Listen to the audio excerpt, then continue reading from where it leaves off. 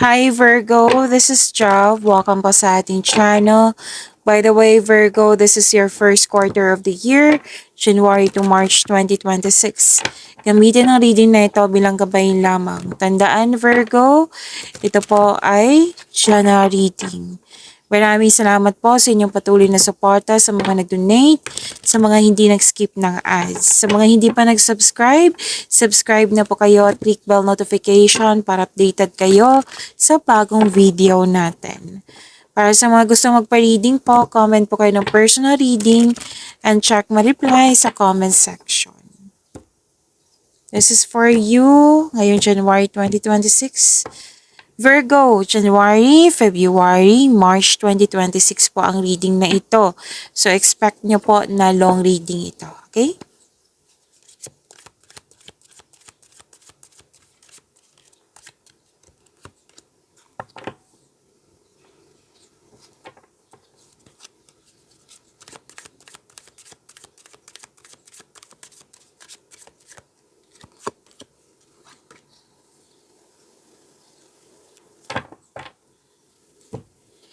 Para sa mga bago dito, Virgo, kung may napansin kayo na repeating message, yan po yung pinupush tong card sa inyo.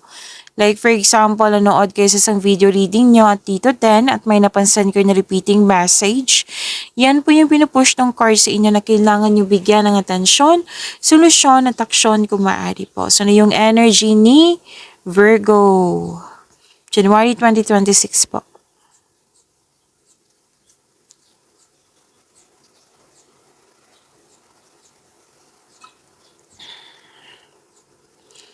Please expect na marami kang ginagawa.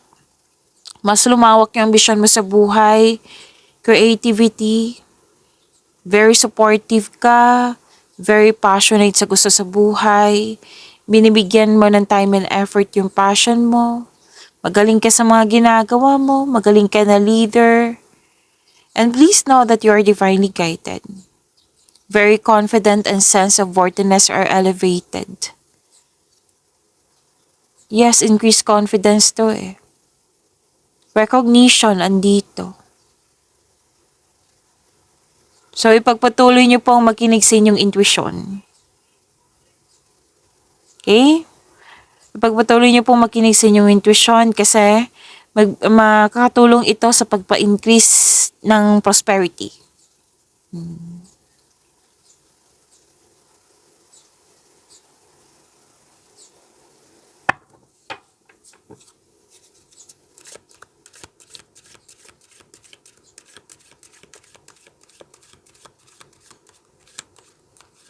May ano dito, situation na hindi ka comfortable kasi pwedeng hindi nasunod yung gusto mo, desisyon, ideas or plano, pwedeng may tutol.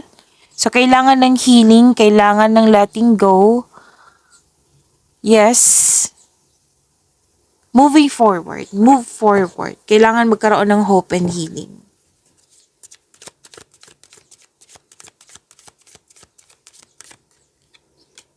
Career and money, January 2026.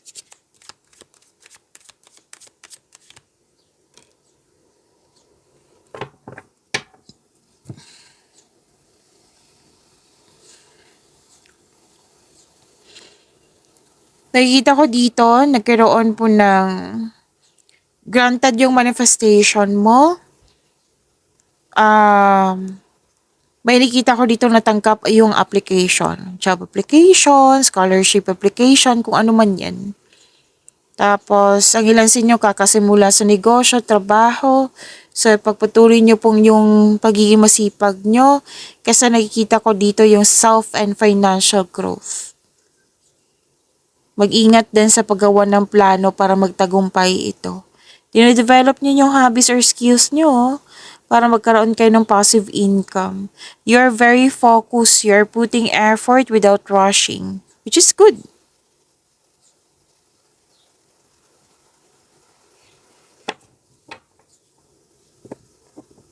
Makakatanggap kayo ng malaking pera. Magkakaroon ng financial stability. May change career. May ano din dito, umiiwas sa toxicity. May umiiwas sa toxicity. umiiwas, pwede din na magbakasyon para makahinga.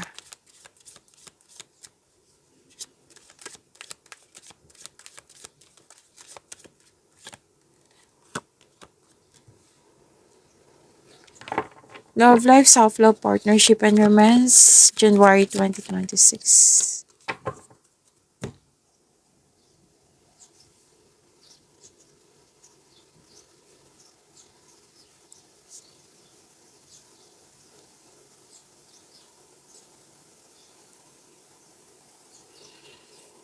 May parting na love or romance para sa mga single, para sa mga marelasyon. Pag-level up to eh. Pwedeng project or literal na pag-level up like kasal, paglilipat ng bahay. So may ilang couple dito na kontento na sa pagmamahalan.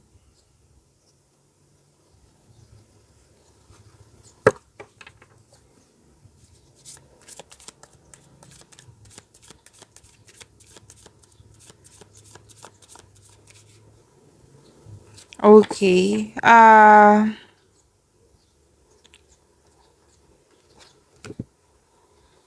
Okay. Sa mga single dito, may nakita kasi ako ditong parang nawiwirduhan ka sa maliligaw mo or sa nagustuhan mong tao. Like, may narinig ako ditong, ang weird naman nito. Like, sobrang mysterious niya. Yan. Pero kung makilala mo ito, magkakaroon siya ng may potential po na magkaroon ng deep love. Para sa mga marelasyon, iparamdam mo sa kanya na may malasakit ka, supportive ka sa inyong relasyon. Baka humihingi ito ng time. So, kailangan ng balansehin, di ba? Kailangan ng panahon sa isa't isa.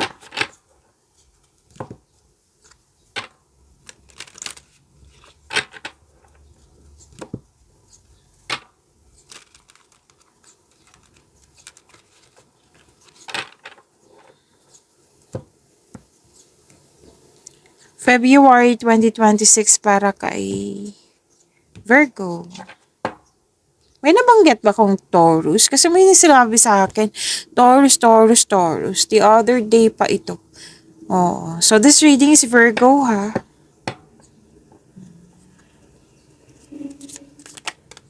Mabas agad.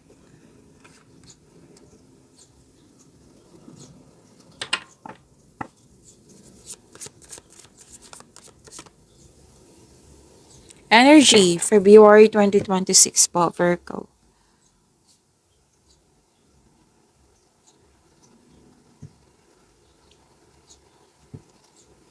Sa mga single, huwag magmadali upang magkaroon ng relasyon. Kailangan magkaroon kayo ng same vision for the future. Upang sa kayo ay magkaroon kayo ng healthy relationship soon.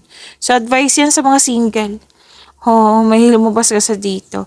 So, you're very inspired in doing some action. May bibigyan ka ng action dito. Tapos, gumawa ng konkretong plano para makagawa kayo ng best decision. And umuwi kayo na successful. This is also means traveling. You are moving forward to the next level. Ginagamit mo yung intuition mo to guide you to the next phase of your life with confidence. And this is good.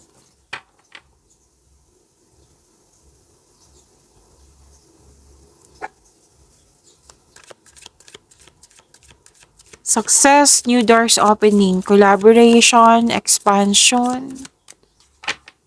Okay, ang ganda ng mensahe. Kasi opportunities na dumating sa'yo na wag mong ibaliwala. Bigyan mo siya ng magandang konkretong plano, bigyan siya ng clear intention, action, siguraduhin magkaroon siya ng positive outcome, at nang dahil sa positive outcome na ito, magkakaroon siya ng recognition, at dahil sa recognition na ito, dadagsa yung opportunities. So, kailangan increase confidence.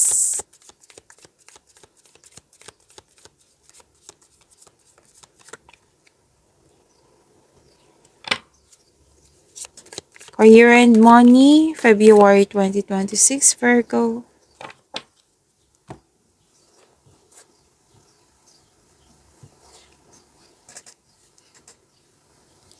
Wealth and generosity. Taas na tagumpay sa kaperahan to ha. At katatagan ay nasa iyong kamay na. May parating na kasosyo or may mabigay na puhunan sa iyo upang tulungan ka sa pagkamit ng nilayunin po. Financial stability, klarong klaro dito sa dalawang card na ito. Masahan kayo, mahusay kayo. Yan.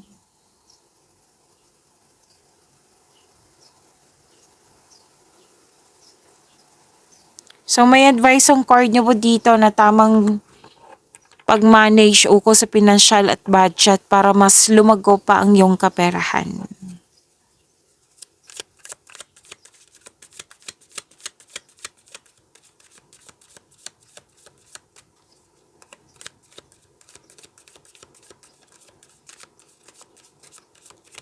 Love life, self-love, partnership, and romance. Virgo.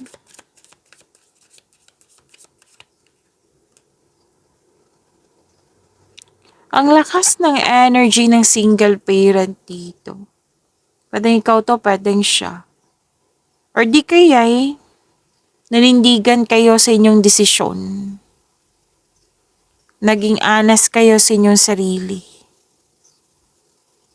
Ginagamit niyo po yung lohika kaysa emotion. May desisyon May desisyon ako nakikita dito.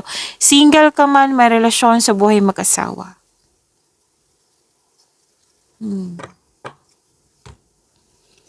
You're building stability, conserving resources. Lahat kayo single ka man, may relasyon sa buhay mag-asawa.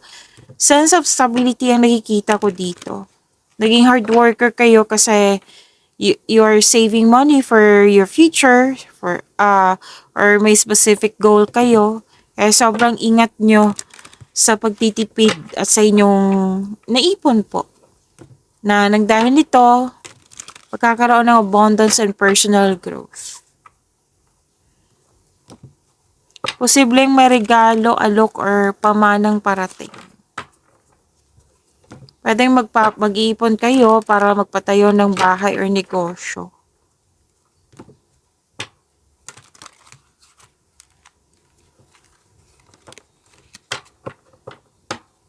March 2026 para pa kay Virgo.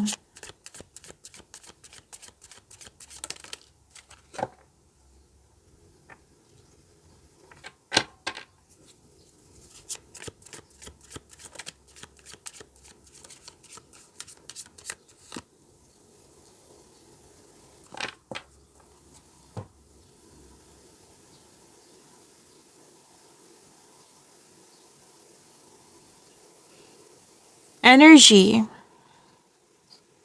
Masyadong busy Para maiwasan tong burnout na nakikita ko dito, time management or ask for help. Para hindi mo dala lahat yung mga inisip mo, responsibilidad nyo, gawain nyo. Kung gawain to, matatapos mo rin yan.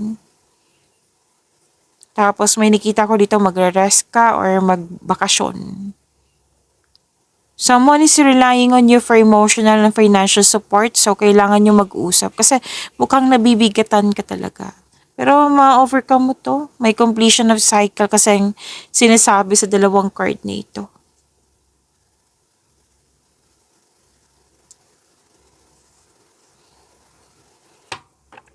Dalawang card po ang nagsabi, successful completion.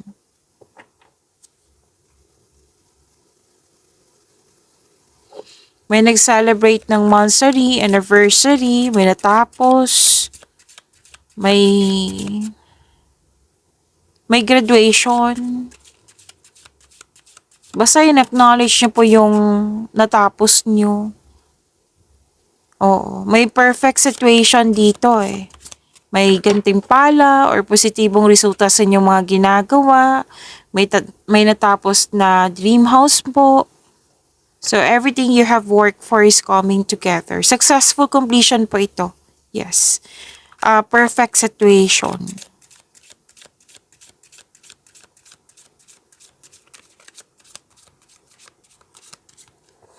Career and money. March 2026 po.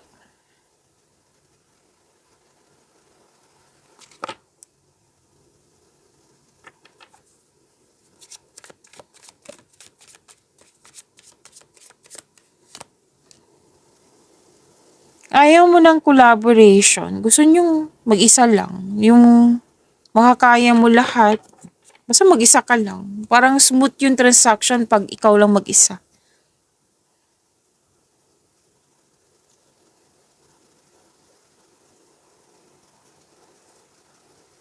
Naghahanap ka ng sagot sa inyong mga katanungan, solusyon sa inyong problema. At sinabi ng card nyo dito, nasa yun na. All life's answers are within you. Feel free yourself para makapag-isip ka ng maayos. Kung nais mo ng promotion or you're making business investment, hindi mo na kailangan ng pahintulot to move ahead.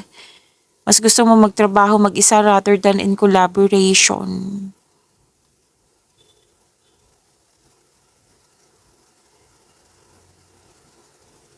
Umaapaw yung blessings, oh. May parating na job opportunity, new or new source of income.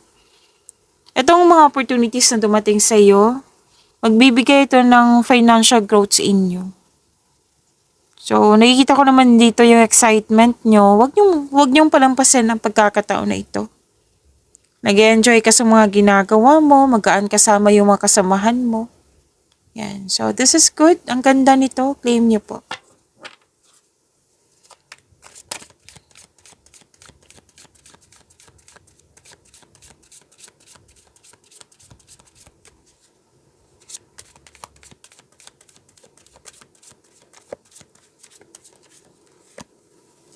Love life, self-love, partnership, and romance ni Virgo.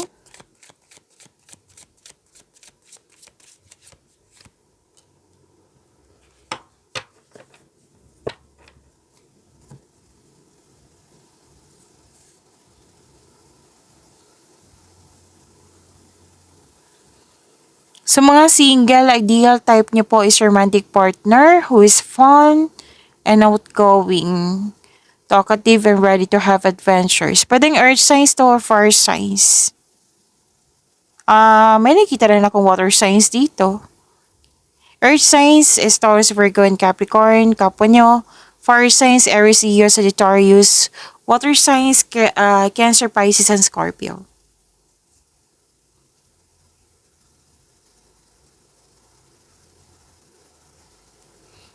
Sa mga marelasyon, wala naman ako nakikitang problema dito so far, ha. Masaya, stable, sobrang busy din.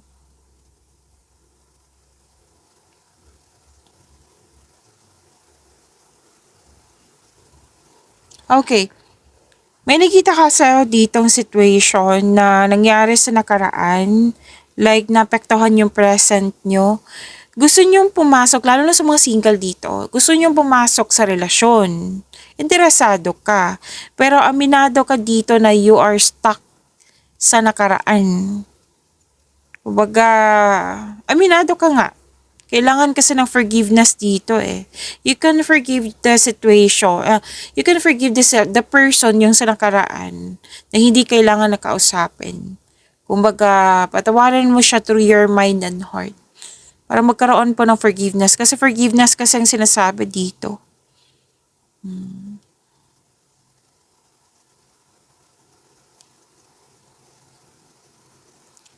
Nakikita ko rin dito na nag-spend time ka sa mga taong nagbigay ng inspiration and motivation sa'yo. Sa mga sinasabi rin dito para sa mga single na magkakatagpo ka ng the one through your friends connection. Para sa mga relasyon sa buhay mag-asawa, mas mag-grow pa ang inyong relasyon, may travel or mag-decorate kayo ng bahay.